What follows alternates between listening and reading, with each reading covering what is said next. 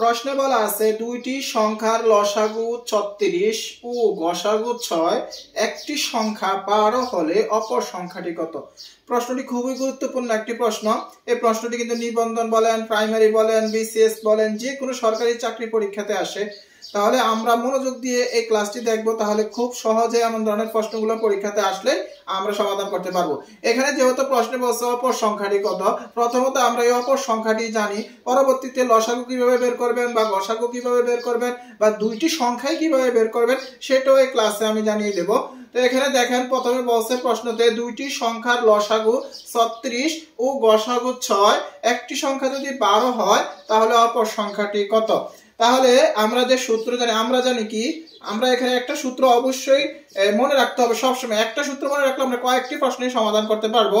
তাহলে একটা সূত্র কি আমরা জানি, একটি সংখ্যা ইনটু অপর সংখ্যা, মানে এই দুইটা মিললে কিন্তু দুইটি সংখ্যা হয়। তাহলে প্রথমে এটা হবে, খেয়াল রাখবেন, একটি সংখ্যা ইনটু অপর সংখ্যা মানে দুইটি সংখ্যা, একটা আরেকটা মানে দুইটি সংখ্যা সমান সমান লসাগু ইনটু গসাগু। এই বিষয়টা সবসময় আপনারা খেয়াল করবেন। এই বিষয়টা খেয়াল করলে কিন্তু আপনারা যে কোনো ধরনের প্রশ্নের সমাধান করতে পারবেন। এরকম ধরনের যে কোনো অঙ্ক আসলে আপনারা পরীক্ষাতে সমাধান করে চলে আসতে পারবেন। আমি বুঝিয়ে দিচ্ছি আপনাদেরকে। এখানে একটি সংখ্যা ইনটু অপর সংখ্যা সমান সমান লসাগু ইনটু গসাগু। এই বিষয়টা যখন খেয়াল করবেন তখন আমাদেরকে এখানে কোশ্চেন করছে অপর সংখ্যা। তাহলে আমরা এখানে অপর সংখ্যাটা জানবো। তাহলে একটি সংখ্যা আগে লিখি। একটি সংখ্যা কত বলছে? ১২ বলছে। একটি সংখ্যা ১২ লিখলাম। এবার ইনটু অপর সংখ্যা, তো অপর সংখ্যাটা আমরা এখানে x লিখলাম যেহেতু এখানে নাই। তাহলে সমান সমান লসাগু বলছে কত?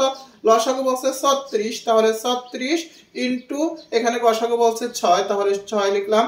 এবার দেখেন আমরা একটা কাজ করব, সেটা হলো এই যে x টাকে এদিকে নিয়ে, যেহেতু আমরা অপর সংখ্যাটি বের করতে হবে, অপর সংখ্যাটি তাহলে x, তাহলে আমরা x টাকে রেখে বাকি সংখ্যাগুলো ওইদিকে নিয়ে যাব, অটোমেটিক ভাগ হয়ে যাবে। তাহলে আমরা এখানে x টা রাখলাম সমান সমান ১২, ওইদিকে নিয়ে গেলে অটোমেটিক ভাগ হয়ে যাবে। তাহলে ১২ এখানে ৩৬ ইনটু ৬। এবার দেখেন কাটাকাটি করলে সমাধান চলে আসবে। ৬ দিয়ে যখন আপনি ১২ কে কাটাকাটি করবেন তাহলে ২ হবে। ২ দিয়ে যখন আপনি ৩৬ কে কাটাকাটি করবেন তাহলে ফলাফল হবে ১৮। তাহলে আমরা পেলাম কি অপর সংখ্যা, এখানে যেহেতু x সমান সমান ১৮, তাহলে আমরা পেলাম অপর সংখ্যা সমান সমান ১৮। আমরা খুব সহজে অপর সংখ্যাটি নির্ণয় করতে পারলাম। এখন দেখেন আপনাদেরকে যদি কোশ্চেন করে, আমরা তো অপর সংখ্যাটি নির্ণয় করতে পারলাম ১৮। ধরেন এখন প্রশ্নে আসলো অপর সংখ্যাটা তো আমরা বের করলাম কত? ১৮। আমরা অপর সংখ্যাটা বের করলাম ১৮, এটা মনে রাখবেন। এখন প্রশ্ন আসলো ধরেন দুইটি সংখ্যার লসাগু ৩৬, কিন্তু এই যে গসাগুটা আছে না, এই গসাগুটা ধরেন দেওয়া নাই, এই গসাগুটা দেওয়া নাই। একটি সংখ্যা হলো ১২, অপর সংখ্যাটি ১৮ দেওয়া আছে।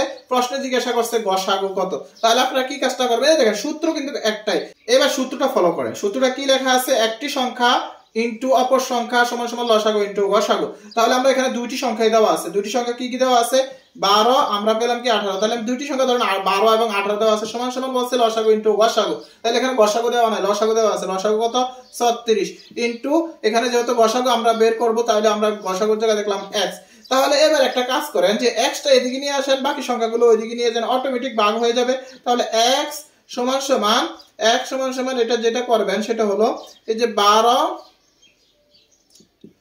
ইনটু ১৮ ৩৬। এবার দেখেন অটোমেটিক কাটাকাটি করলে ১২ দুগুণে কত? ৩ ১২ কত? ৩৬। এবার ৩ ৬ কত? ১৮। দেখেন আমরা বের করতে পারলাম। এই যে গসাগুটা অটোমেটিক। যদি আপনাদেরকে জিজ্ঞাসা করা হয় লসাগু, গসাগু এখানে দেওয়া আছে, যদি এটা জিজ্ঞাসা করা হয়, এটা দেওয়া নাই, বাকি সবকিছু দেওয়া আছে, তাহলে কিভাবে সমাধান করবেন? সেম ভাবে সমাধান করবেন। এখানে ১২ ইনটু ১৮ সমান সমান, এখানে যদি গসাগু দেওয়া থাকে, যেমন ৬ দেওয়া আছে আর বাকি ৩৬ দেওয়া নাই, তাহলে আমরা বাকি ৩৬ এর গেলাম x। এবার দেখেন x টা এদিকে নিয়ে আসেন, বাকি সংখ্যাগুলো ওইদিকে নিয়ে যান, সমাধান চলে যাবে। দেখেন ১২ ইনটু ১৮ আর এখানে দেওয়া আছে ৬। এবার ৬ দিয়ে কাটা করেন ২। এবার দেখেন ১৮ দুগুণে কত? ৩৬। আমরা দেখেন লসাগু পেয়ে গেলাম ৩৬। তো এমন ধরনের প্রশ্নগুলো যেভাবেই দেখ আপনারা খুব সহজে একটা সূত্রের মাধ্যমে কিন্তু আপনারা সমাধান করতে পারবেন। আশা করি আপনাদেরকে বুঝাতে পেরেছি। সবাই ভালো থাকুন। আসসালামু আলাইকুম ওয়া রাহমাতুল্লাহ।